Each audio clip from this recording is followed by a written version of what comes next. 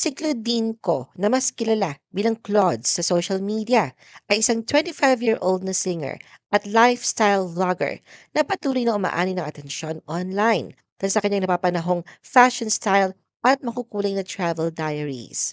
Nag-trending si Claudine sa social media matapos maiugnay sa mga may-ari ng isang construction at development company na nasasangkot o mano sa kontrobersyal na usapin kaugnay ng mga flood control projects. Sino nga ba siya?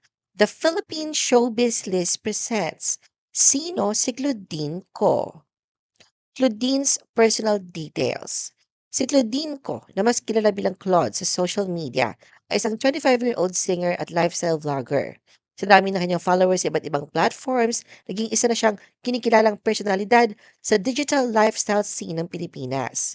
Ipinanganak si Claudine noong huling bahagi ng dekada 90 at lumaki sa Pilipinas. Claudine's influential family.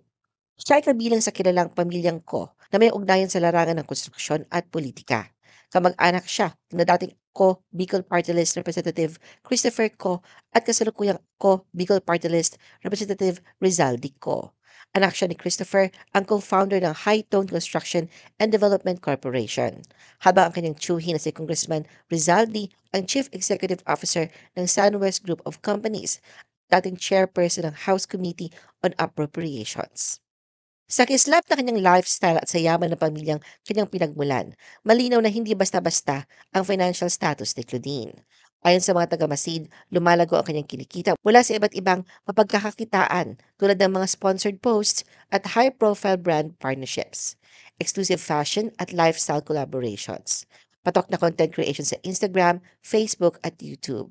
Hindi lamang siya isang influencer. Unti-unti na rin siya nagiging digital tastemaker na sinusubaybayan ng maraming kabataan at brand executives. Claudine's style and influence. Kung fashion talk lang din ang usapan, hindi pwedeng hindi mabanggit ang pangalan ni Claudine. Kilala siya sa kanyang mga head-turning looks, lalo na pagdating sa mga beach outfit at resort wear na talaga namang nagbibigay ng summer luxury vibe. Mahusay niya nakahalo ang mga mamahaling designer pieces at mga abot kayang chic finds, kaya't malaging stand out ang kanyang style. Minsan ay pinupuri siya sa kanyang mga bold at kakaibang choices, pero may pagkakataon din nagiging subject ng memes at pabirong komento. Isa nga sa mga tumatak na banat ng netizens, ang mas masakit pa dyan, yung mga luxury items nagmukhang Shein. Claudine's rise to fame on social media. Lumaki si Claudine sa isang privileged environment na nagmulat sa kanya sa mundo ng fashion, travel at luxury mula pa noong bata siya. Mga interes sa kalaunan ay humubog sa kanyang karera bilang content creator. Nagsimulang makilala si Claudine noong 2020 na magsimula siya magbahagi sa Instagram na kanyang mga travel adventures, fashion looks at lifestyle content. Ang kanyang account at Claudes ay meron na ngayong mahigit 117,000 followers kung saan madalas niyang ibinabahagi kanyang chic outfits, designer bags, beach OOTDs at mga kuha mula sa kanyang mga bakasyon. Pinalawak din niya ang kanyang presensya sa mga Facebook at YouTube kung saan nag-upload siya ng mga vlog tungkol sa fashion styling, beauty at travel guides. Maging mga fashion magazines ay naitatampok siya dahil sa kanyang natatanging style. Claudine's private love life. Bagamat todo ingat si Claudine sa pagtago ng kanyang pribadong buhay mula sa mata ng publiko, hindi ito nakakalusot sa mga mapanuring netizen. Madalas siya nakikitang masaya sa iba't ibang biyahe at pamamasyal kasama ang kanyang longtime boyfriend. Hindi pa man inihahayag ang pangalan at tunay na pagkakakilala ng lalaki, marami ang nagbubulong-bulungan online na nagmula rin umano ito sa isang may kayang pamilya. Sa kanilang mga travel photos at sweet moments na nasasagap ng publiko, kapansin-pansin kung gaano nila kinakatawan ang power couple goals.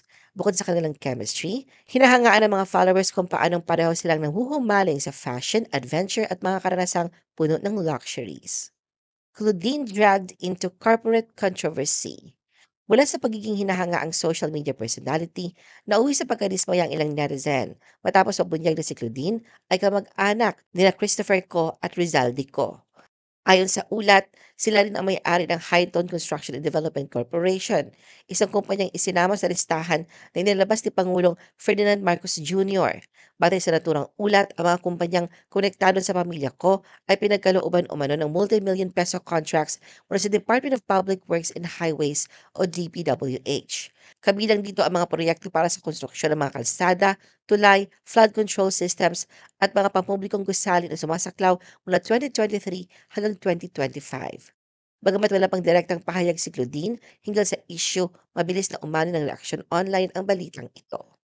Claudine criticized for flaunting lavish lifestyle.